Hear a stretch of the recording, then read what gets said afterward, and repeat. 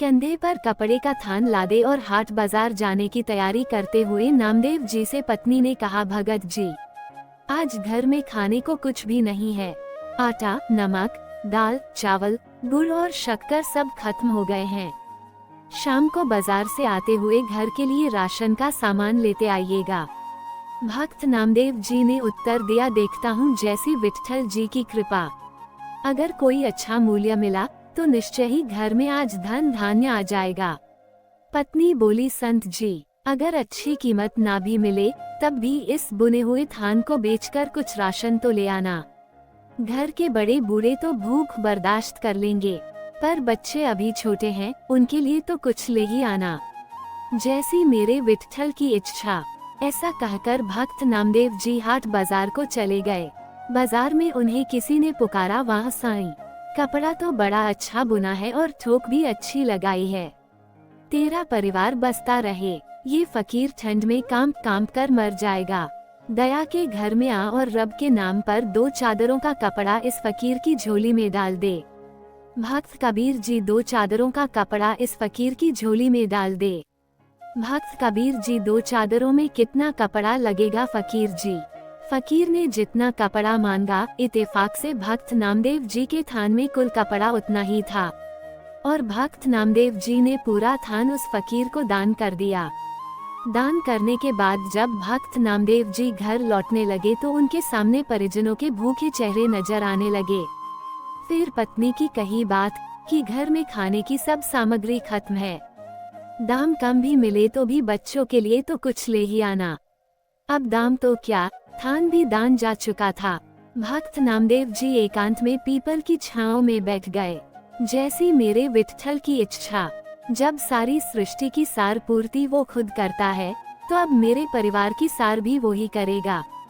और फिर भक्त नामदेव जी अपने हरि विट्ठल के भजन में लीन हो गए। अब भगवान कहाँ रुकने वाले थे। भक्त नामदेव जी ने सारे परिवार की जिम्मेवारी अब उनके सुपुर्द जो कर दी थी। अब भगवान जी ने भक्त जी की झोपड़ी का दरवाजा खटखटाया। नामदेव जी की पत्नी ने पूछा, कौन है? नामदेव का घर यही है ना? भगवान जी ने पूछा। अंदर से आवाज आई, हाँ जी यही है, आपको कुछ चाहिए? भगवान सोचने लगे कि धन्य है नामदेव जी का परिवार, घर में कुछ भी नहीं है फिर भी हृदय में देने की, सहायता की जिज्ञासा है। भगवान बोले, दरवाजा खोलिए, लेकिन आप कौन? भगवान जी ने कहा, सेवक की क्या पहचान होती है भक्तानी। जैसे नामदेव जी विट्ठल के सेवक, वैसे ही मैं नामदेव जी का सेवक हूँ, ये राशन का सामान रखवा लो। पत्नी ने दरवाजा पूरा खोल दिया। फिर इतना राशन घर में उतरना शुरू हुआ कि घर के जीवों की घर में रहने की जगह ही कम पड़ गई। इतना सामान नामदेव जी ने भेजा है? मुझे नहीं लगता। पत्नी ने पूछा। भगवान जी ने कहा, हाँ भक्तानी, आज नामदेव का थान सच्ची सरकार ने खरीदा है। जो नामदेव का सामर्थ्य था उसने भुगता दिया और अब जो मेरी सरकार का सामर्थ्य है वो चुकता कर रही है। जगह और बताओ, सब कुछ आने वाला है भगत जी के घर में। शाम ढलने लगी थी और रात का अंधेरा अपने पांव पसारने लगा था।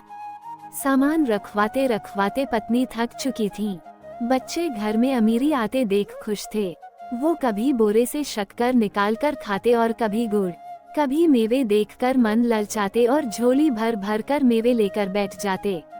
उनके बालमन अभी तक तृप्त नहीं हुए थे। भक्त नामदेव जी अभी तक घर नहीं आए थे, पर सामान आना लगातार जारी था। आखिर पत्नी ने हाथ जोड़कर कहा, सेवक जी, अब बाकी का सामान संत जी के आने के बाद ही आप ले आना। हमें उन्हें ढूंढने जाना है क्योंकि वो अभी तक घर नहीं आए हैं। भगवान जी बोले, वो तो गांव के बाहर पीपल के नीचे बैठकर विट्ठल सरकार का भजन सिमरन कर रहे हैं। अब परिजन नामदेव जी को देखने गए। सब परिवार वालों को सामने देखकर नामदेव जी सोचने लगे, जरूर ये भूख से बेहाल होकर मुझे ढूंढ रहे हैं। इससे पहले कि संत नामदेव जी कुछ कहते उनकी पत्नी बोल पड़ी, कुछ पैसे बचा लेने थे। अगर थान अच्छे भाव बिक गया था तो सारा सामान संत जी आज ही खरीद कर घर भेजना था क्या? भक्त नामदेव जी कुछ पल के लिए विस्मित हुए। फिर बच्चों के खिलते चेहरे देखकर उन्हें एहसास हो गया कि जरूर मेरे प्रभु ने कोई खेल कर दिया है। पत्नी ने कहा, अच्छी सरकार को आपने थान बेचा और वो तो सामान घर में भेजने से रुकता ही नहीं था। पता नहीं कितने वर्षों तक का राशन दे गया। उससे मिन्नत करके रुकवाया बसकर। बाकी संत जी के आने के बाद उनसे पूछकर कहीं रखवाएंगे।